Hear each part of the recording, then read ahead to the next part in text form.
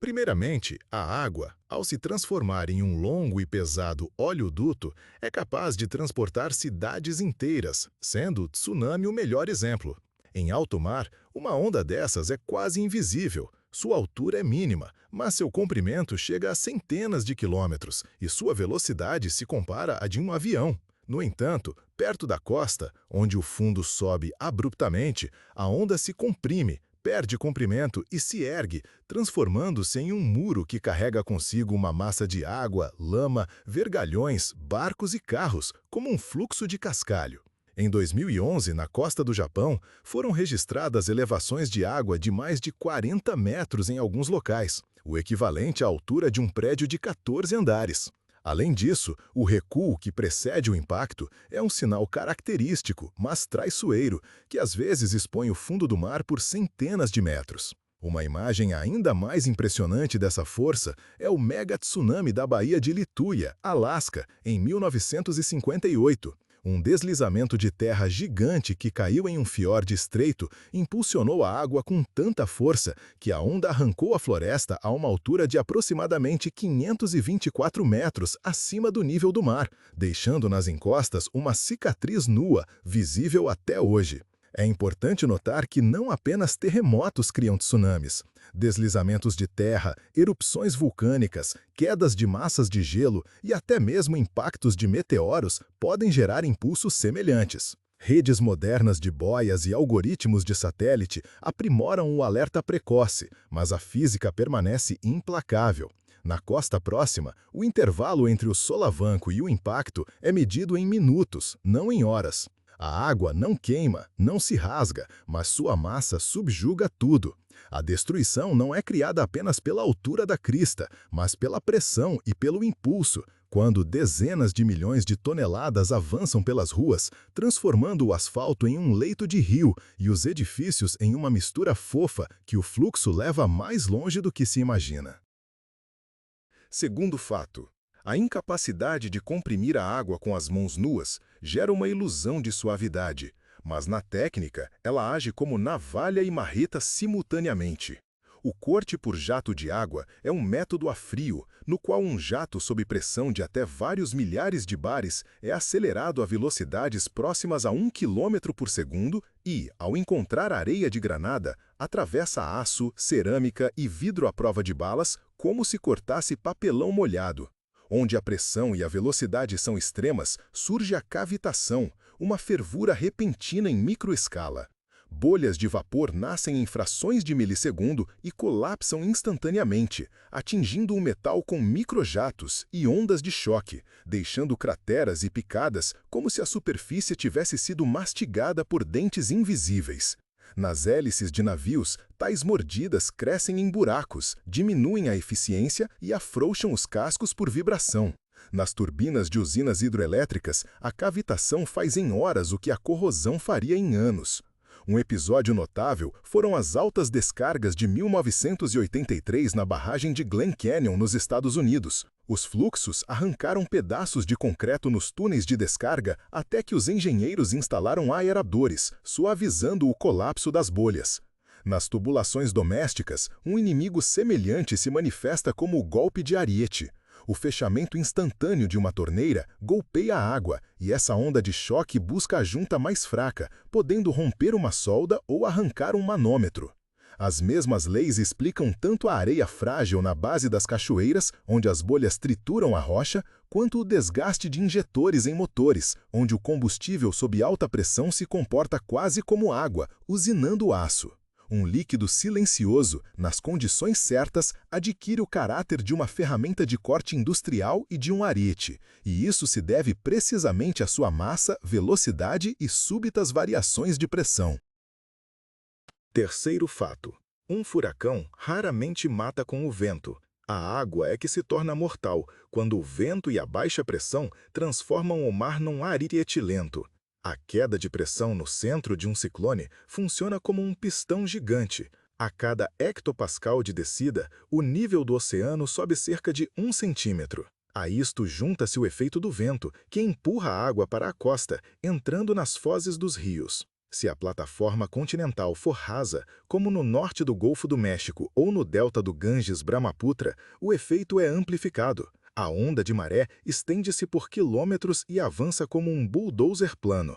Em 2005, na costa do Mississippi, o furacão Katrina provocou uma subida da água de cerca de 8 a 9 metros. Em 2013, o tufão Haiyan inundou Tacloban, nas Filipinas, com 6 metros de água do mar misturada com destroços.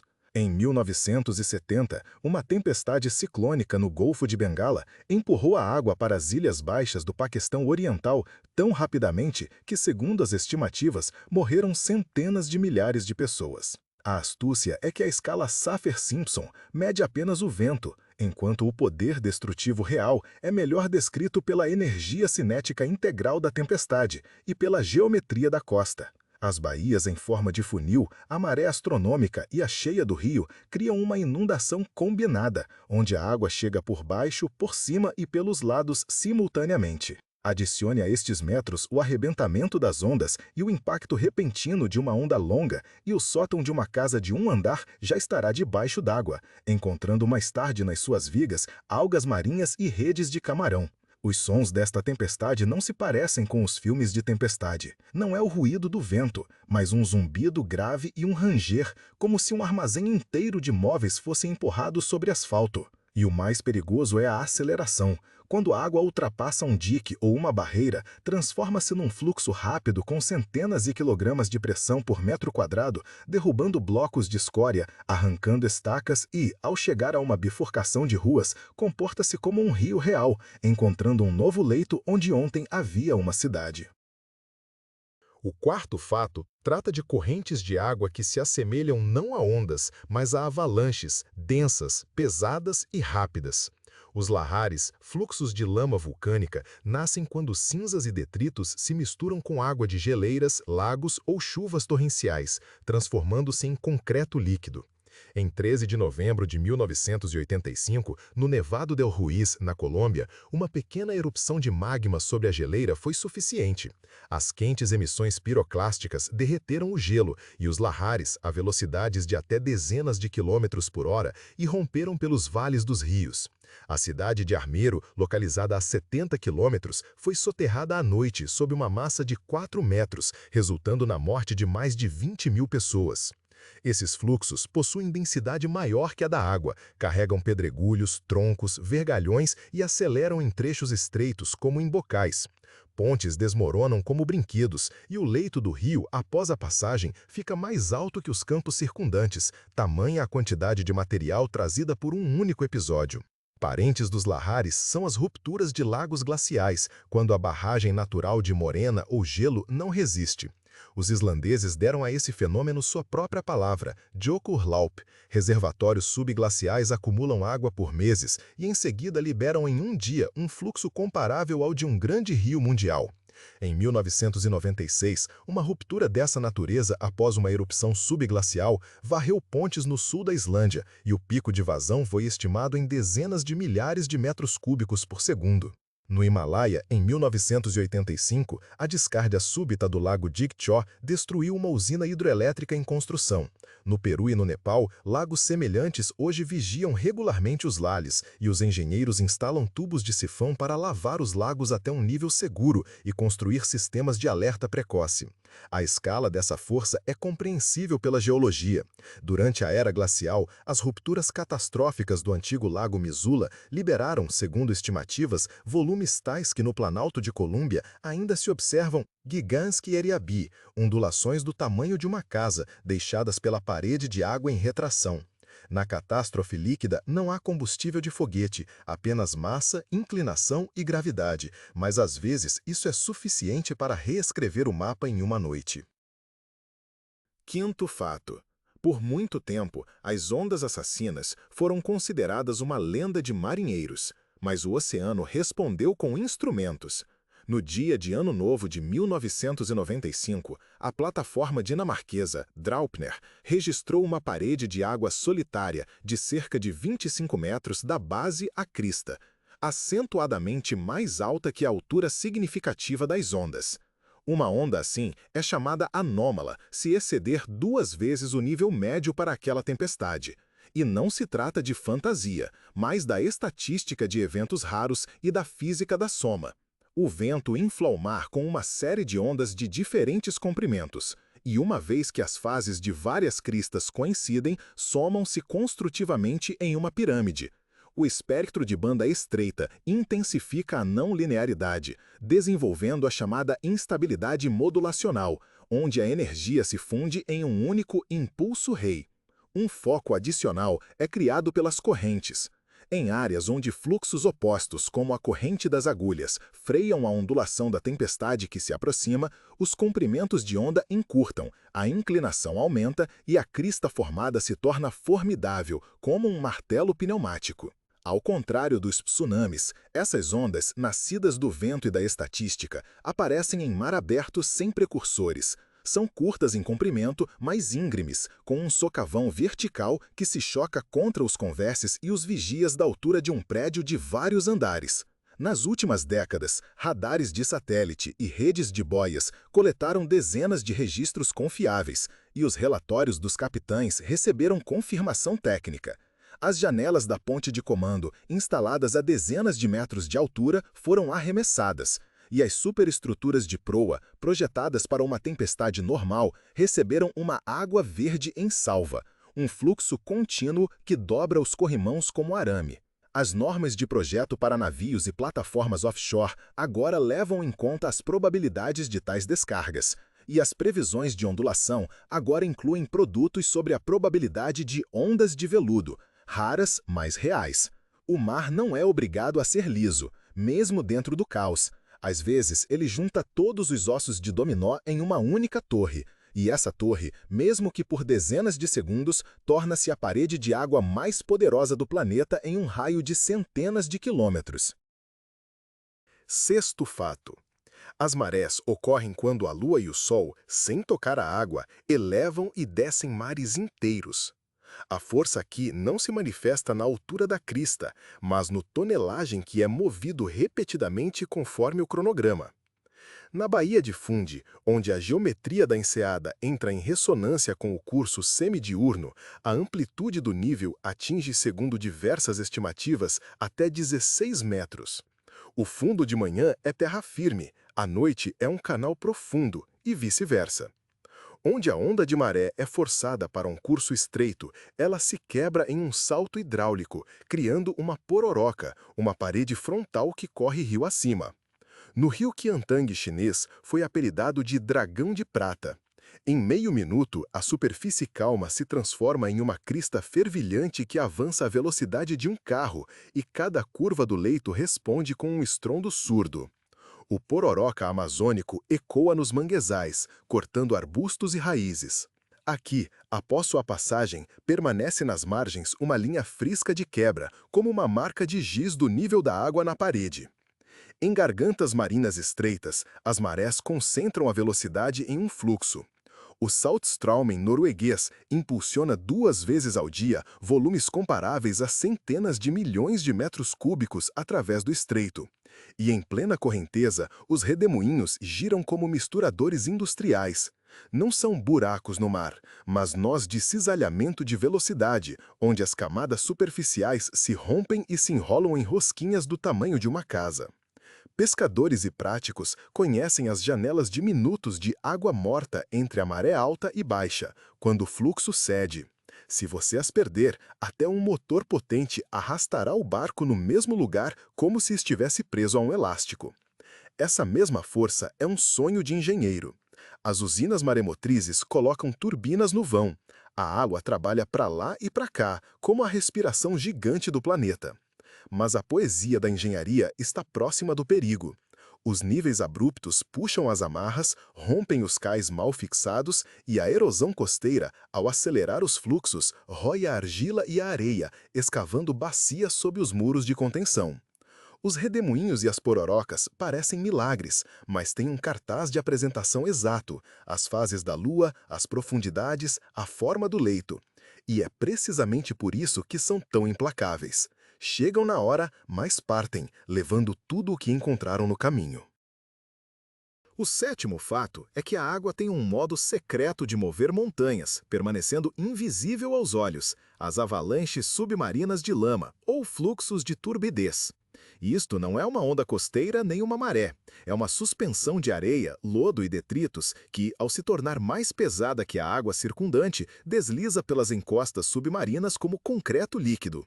Este rio no oceano pode correr a dezenas de quilômetros por hora, escavando desfiladeiros no leito marinho com a altura de um arranha-céu e estendendo-os por centenas de quilômetros da costa. A evidência mais clara vem das histórias de cabos.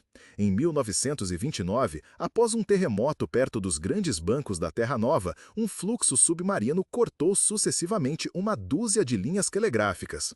O tempo de interrupção de cada uma permitiu aos engenheiros calcular a rapidez e a distância que a avalanche percorreu.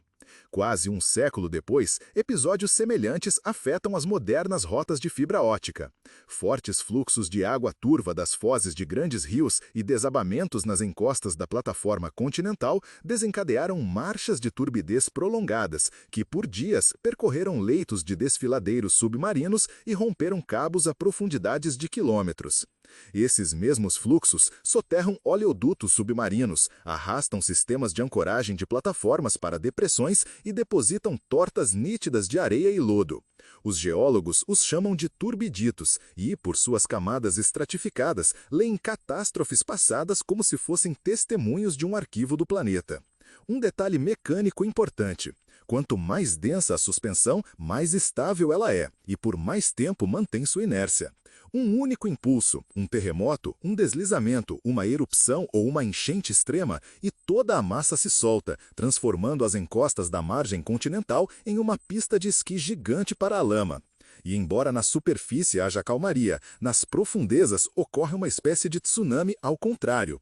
Não uma parede vindo de cima, mas um fluxo pesado vindo de baixo, capaz de parar a internet de uma região inteira por uma hora e de reescrever o relevo do fundo oceânico de tal forma que futuros desfiladeiros serão percorridos por novas avalanches. Fato 8. Existem ondas quase invisíveis, mas mais altas que um arranha-céu. As ondas internas em um oceano estratificado. Uma camada superior quente, salgada e leve assenta sobre uma inferior, fria e mais densa. O limite, o termoclino, age como uma superfície submarina, e sobre ela correm ondas com amplitudes de dezenas ou até centenas de metros.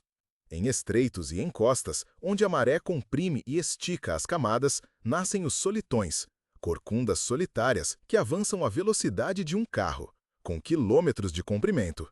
Em imagens de satélite, são lidas como longas zebras. A alternância de faixas escuras e claras é o rastro de zonas de compressão e expansão, onde a rugosidade muda e se acumulam filmes de substâncias superficiais.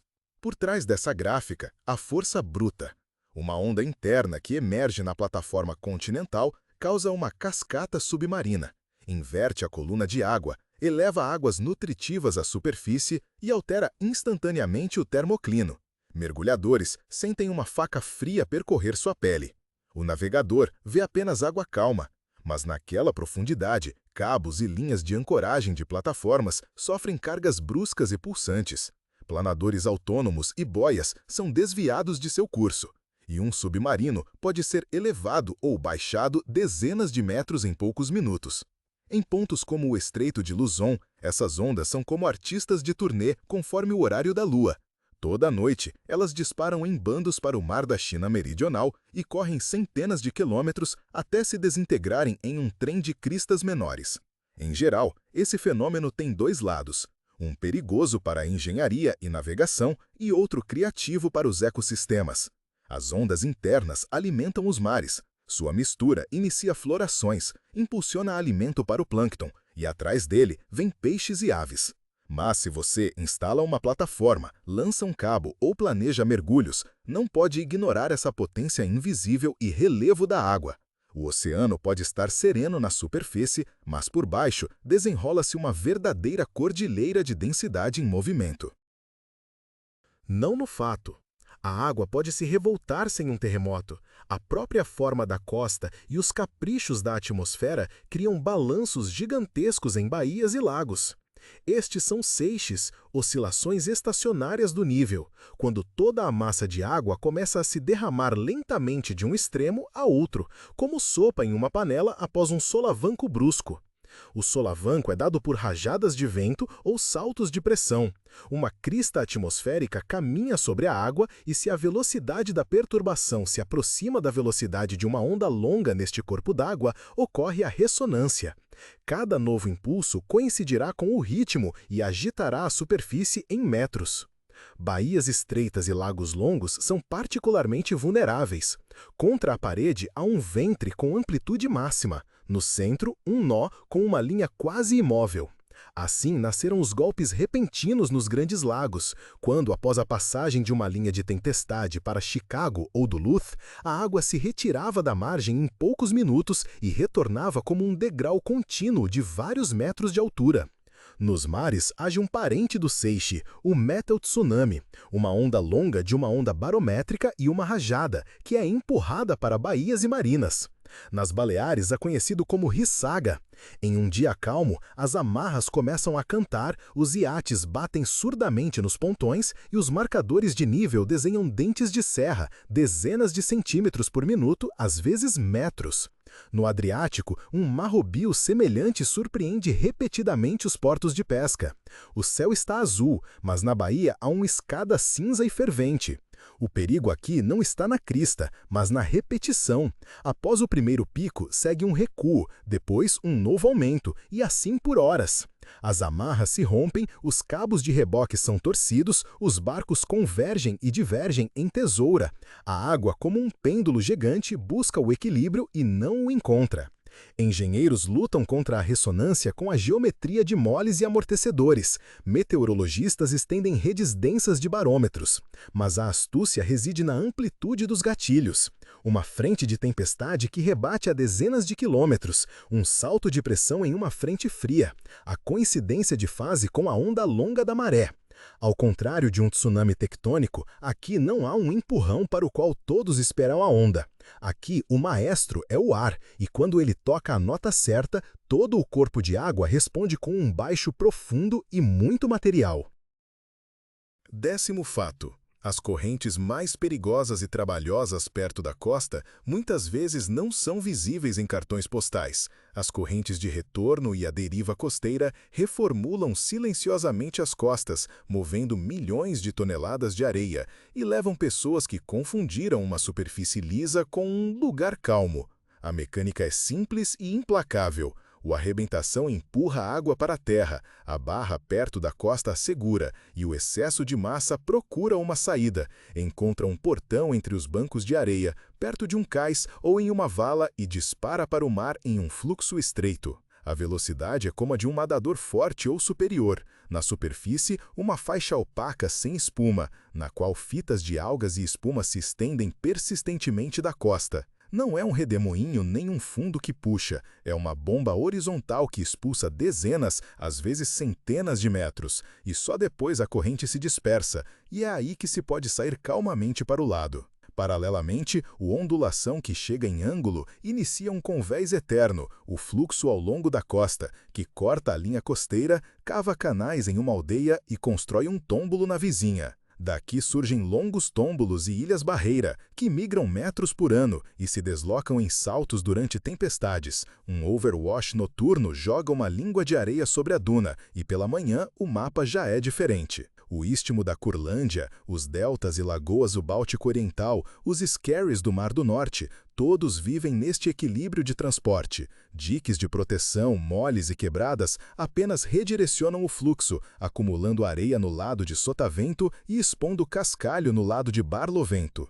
Qualquer novo porto muda as praias vizinhas, como uma pedra em um riacho de montanha muda as correntes. De um lado, um bolso calmo, do outro, uma corrente acelerada e erosão. E esta máquina silenciosa é mais poderosa que uma tempestade única. Uma tempestade grita e vai embora, mas as correntes de retorno e o convés ao longo da costa trabalham quase todos os dias, reescrevendo a linha da terra metro a metro. Para o homem, essa força é insidiosa porque parece calma, reconhece-se pelo padrão da espuma por uma estreita faixa entre as ondas, e a única estratégia inteligente é sair da corrente para o lado, não lutar contra a bomba de frente. Assim, a água, na ausência de quaisquer explosões, remodela o continente lenta e segundo as instruções, sem pedir permissão.